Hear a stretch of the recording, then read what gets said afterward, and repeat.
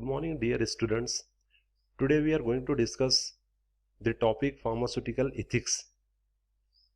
So before we start what is pharmaceutical ethics, first let us clear the meaning of law and ethics. So law means system of rules, और हिंदी और मराठी में कहें तो कायदा और कानून. And law is set by nation and applicable to all the persons in nation. Law जो होता है, कानून जो होता है, वो गवर्नमेंट की तरफ से बनाया जाता है एंड इट इज एप्लीकेबल, और ये सबके लिए होता है, जितने भी नागरिक हैं देश के, हर एक के लिए होता है. Unlike the law, it's the term is ethics. Now what is ethics? Ethics is moral principles. If you talk about in Hindi और मराठी, इट इज नीति शास्त्र और आचार विचार. So what is moral principle? Moral principle is what person, according to his or her profession, what person thinks a particular thing, whether it is wrong or right. This is called ethics. And ethics are set by profession and it is applicable to all the member of profession only. जैसे अगर pharmaceutical ethics की बात करें तो pharmaceutical ethics pharmacy profession के लिए होगा. PCI जैसे फार्मास्यूटिकल बॉडी या प्रोफेशनल बॉडी ये सेट करेंगे, और ये एप्लीकेबल होगा सारे ही फार्मासिस्ट के लिए, हर नागरिक के लिए नहीं होगा. जो फार्मासिस्ट है, जो मेंबर ऑफ प्रोफेशन है, सिर्फ उसके लिए एप्लीकेबल होगा. So I think it's clear now what is the difference between law and ethics. So to be more clear about this two terminologies, these are general differences between law and ethics. So law is formal written document while ethics are unwritten principles. As we all know कि unwritten principles होते हैं ethics के, ये मेरे ethics में नहीं बैठता, मेरा ज़मीर गवारा नहीं करता, तो ये सारी चीज़ें लिखी हुई नहीं होती. The person itself decide whether to go for this thing or not. Similarly, law interpreted by courts and ethics are interpreted by each individual. हर एक का अपना व्यू होता है, right? And law is established by legislatures, but ethics are presented by philosophers, religious, professional groups. Similarly, law is applicable to everyone who is living in the nation, but ethics are personal choice. Ethics personal choice होती है. Then law priority decided by court, and ethics are priority determined by individual. Then law I give you the example about this priority decided by court and priority determined by individual. So if someone has injured badly and he has rushed to hospital, तो hospital law के हिसाब से hospital के जो doctors हैं, they will first ask them to fill the form and they will take for the operation or dressing and whatever. लेकिन ethics में क्या होता है कि ये प्रायोरिटी देखेगा कि अभी फॉर्म भरने का समय नहीं है, अभी पहले इसका इलाज करेंगे, बाद में फॉर्म भर दिया जाएगा. So priority is decided by court here, and here priority is determined by individual. आदमी खुद तय कर लेगा कि नहीं, इसको अभी इस चीज की जरूरत है, इसलिए इसका पहले इलाज होगा, बाद में ये फॉर्म भरेगा. Then next, court makes final decision in case of law, and in ethics no external decision maker is there. And law enforceable by police and courts. अगर कोई कानून तोड़ता है तो कोर्ट और पुलिस की नज़र में वो गिल्टी होगा और उसे सज़ा मिलेगी. बट इथिक्स में लिमिटेड इन्फोर्समेंट होता है. अगर कोई नॉन इथिकल प्रैक्टिस कर रहा है तो जो बॉडी है, professional body, that professional body is supposed to take any action if that professional body want to take some action. So I have just given this slide to show what is the basic difference between law and ethics. And remember one thing, this should not be the answer in your final examination. In next slide I will differentiate law and ethics as per our profession. This one. So if in exam, if someone asks you about differentiate between law and ethics, so your answer should be this one. So talking about law and ethics in pharmacy, so law is rules of human conduct binding to all the person in a state or nation, and ethics are rules by which profession regulates actions and set standard for all its members.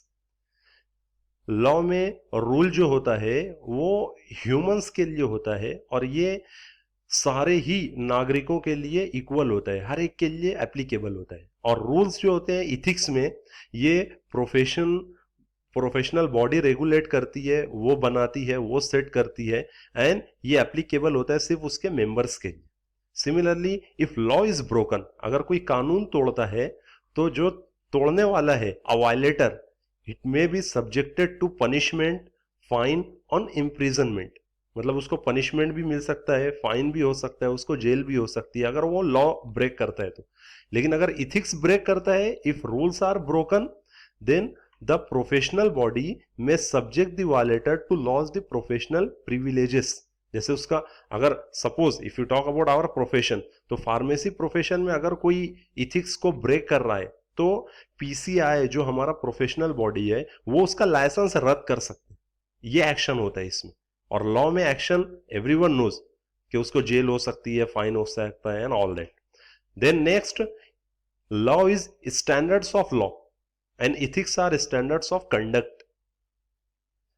Then law में prevent one from causing injury to other, but it can't force him to help his neighbor in hours of need. Law के हिसाब से आप किसी को तकलीफ नहीं दे सकते, इंजरी नहीं पहुंचा सकते, लेकिन लॉ आपको मजबूर नहीं करेगा कि अगर कोई बंदा आपके नेबर में, आपके पड़ोस में कोई तकलीफ में है तो आप उसको हेल्प करो ही. लेकिन इथिक्स में helping neighbour is the function of ethics. ये इथिक्स में आता है कि अगर कोई तकलीफ दिख रही है किसी पर्सन्स को, तो obviously we always come forward and try to help that person. So this is ethics. I give you one best example of law. Law prevent a pharmacist from selling drugs of substandard qualities. अगर आप medical store run कर रहे हैं तो उसमें सब standard quality के drug आप उसको सेल नहीं कर सकते. वो लॉ के खिलाफ, कानून के खिलाफ होगी वो चीज, right? So this is law. Then example of ethics is, ethics prevent a pharmacist from selling drugs at cheaper rate than that of his fellow pharmacist in his area. जैसे दो मेडिकल स्टोर्स हैं एक ही area में है, तो ethics के हिसाब से अगर कोई एक ड्रग का स्टैंडर्ड प्राइस है ₹10, तो वो ₹10 पे ही दोनों को सेल करना है. अगर कोई एक फार्मासिस्ट चाहे कि मैं इसको ₹5 में सेल कर दूं ताकि मेरे कस्टमर्स बढ़ जावें, इंक्रीज हो जावे, so this is unethical practice. So ethics prevent pharmacist from selling drugs at cheaper rate than that of his fellow pharmacist in his area. So I think it's clear now what is the difference between law and ethics. Now moving on, code of pharmaceutical ethics. So code of pharmaceutical ethics is formulated by PCI for the guidance of Indian pharmacist. अब code of pharmaceutical ethics क्या होता है?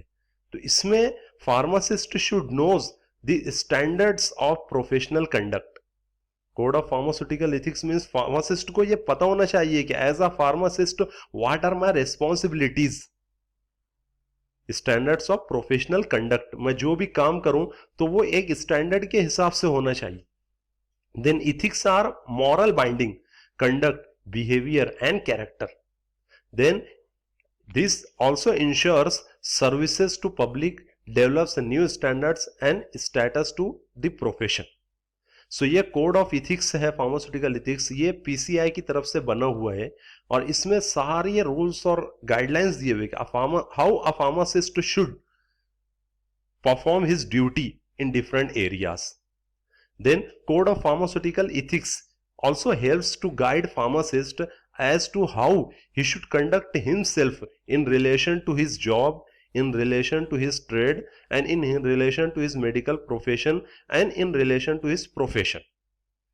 If we carefully observe, pharmacists in India are engaged in providing the service in these 4 areas. Pharmacist या तो job कर रहा होगा, या तो वो कोई ट्रेड वगैरह चला रहा होगा, या तो कोई मेडिकल प्रोफेशन में होगा, या फिर वो उसका खुद का प्रोफेशन होगा। सो ये जहां कहीं पे भी हो, इसके लिए कुछ रूल्स हैं कि वो उस रूल्स के हिसाब से, उसके कुछ ड्यूटीज हैं, वो ड्यूटी के हिसाब से उसको परफॉर्म करना है उसका job. For example, pharmacist in relation to his job. So what are the responsibility of pharmacist when it comes to his job? So we will see that pharmacist in relation to his job. So first one is pharmaceutical services. A pharmacist should provide efficient service through the medical store or pharmacy. ये उसका, ये for example अभी lockdown था, तो lockdown में सारे दुकान, सारे शॉप सब क्लोज थे, लेकिन pharmacist has provided his duty through medical store और फार्मेसी। सारी चीजें बंद थी, लेकिन ये इथिकल ये था उसका राइट, जिसकी वजह से वो इतने लॉकडाउन में और इतने पेशेंट होने के बावजूद without taking his risk, with taking his risk of life, he has provided all the services. Then this involves the supply of commonly required medicines without undue delay, and it also involves furnish emergency supplies at all times. So as we all know कि pharmacist service जब देता है तो हर 24 घंटे medical store open होती है। Lockdown के period में भी drug store was open. Then next one is pharmacy और ड्रग स्टोर। अगर फार्मासिस्ट का इथिक्स और उसकी रेस्पॉन्सिबिलिटी ड्रग स्टोर से रिलेटेड देखी जाए तो there should be qualified pharmacist in drug store. कोई भी ड्रग स्टोर हो उसमें क्वालिफाइड फार्मासिस्ट होना चाहिए। देन एक्सीडेंटल कंटामिनेशन नहीं होनी चाहिए प्रिपरेशन में, डिस्पेंसिंग में और सप्लाई ऑफ मेडिसिन में, ये नहीं होना चाहिए। Then the appearance of premises should reflect the professional character of the pharmacy. मतलब ड्रग स्टोर ऐसा दिख के आना चाहिए, हाँ it's a drug store, standard quality का होना चाहिए प्रीमाइस, उसका interior and all that. It should be clear to public that practice of pharmacy is carried out in establishment. Then handling of prescription. Drug store में जो भी prescription आती है, doctor की चिट्ठी आती है, तो उसको कैसे हैंडल करना है, क्या क्या रिस्पॉन्सिबिलिटी बनती है उस प्रिस्क्रिप्शन से related. Prescription should not be discussed with patient. मतलब उसमें जो दवा है उसका साइड इफेक्ट है, मेरिट डीमेरिट, ये इफिकेसी से रिलेटेड पेशेंट को नहीं बताना है। Second, he should not show any expression on his face about prescription. मतलब प्रिस्क्रिप्शन देख करके ऐसे शॉक नहीं हो, अरे आपको इतना बड़ा डिसीज है। This should not happen. No expression should be observed on face of pharmacist. No addition, substitution or omission of ingredient in prescription should be made. मतलब जितना डॉक्टर ने प्रिस्क्राइब किया उतना ही सप्लाई करना, उसमें कोई कमी ज्यादती नहीं करनी है। Then in case of any report error in prescription it should be return back to the doctor for correction. हमें खुद करेक्शन नहीं करना, उसे डॉक्टर के पास भेज देना। Pharmacist should not recommend any particular physician. Then next, pharmacist in relation to his job. Handling of drug और इंग्रेडिएंट्स। ड्रग कैसे हैंडल करना है, while dispensing prescription ingredient must be weighed accurately. अगर कोई दवा हम बना रहे हैं कंपनी में तो एक्यूरेटली सारी चीजें वे करनी है, लम सम अमाउंट लेकर के, because it directly affect the health of the people. Then pharmacist should always use standard quality drugs.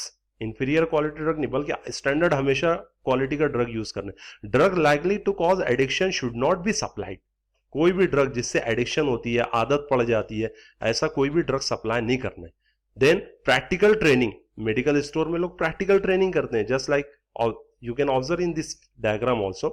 While giving the practical training, pharmacist should see the trainee acquire sufficient technique and skills. Pharmacist उसको training दे रहा है तो ensure होना चाहिए कि उसको ठीक तरीके से नॉलेज भी मिले और सफिशिएंट टेक्निक भी मिल जावे उसे। Then no certificate should be given to training before completion of training period और विदाउट ट्रेनिंग और unless training acquire sufficient knowledge. आधी अधूरी ट्रेनिंग पे, बगैर ट्रेनिंग दिए हुए या आधी अधूरी ट्रेनिंग पे, या उसको कुछ समझ में ही नहीं आया, जब तक उसे सारी नॉलेज नहीं आ जाती, स्किल्स नहीं आ जाती, उसे सर्टिफिकेट इशू करके नहीं देना चाहिए फार्मासिस्ट को, ट्रेनी को। So these are all the responsibilities of pharmacist in relation to his job. Thank you. Now in next part, this was past part 1. In next part we will see the other responsibility.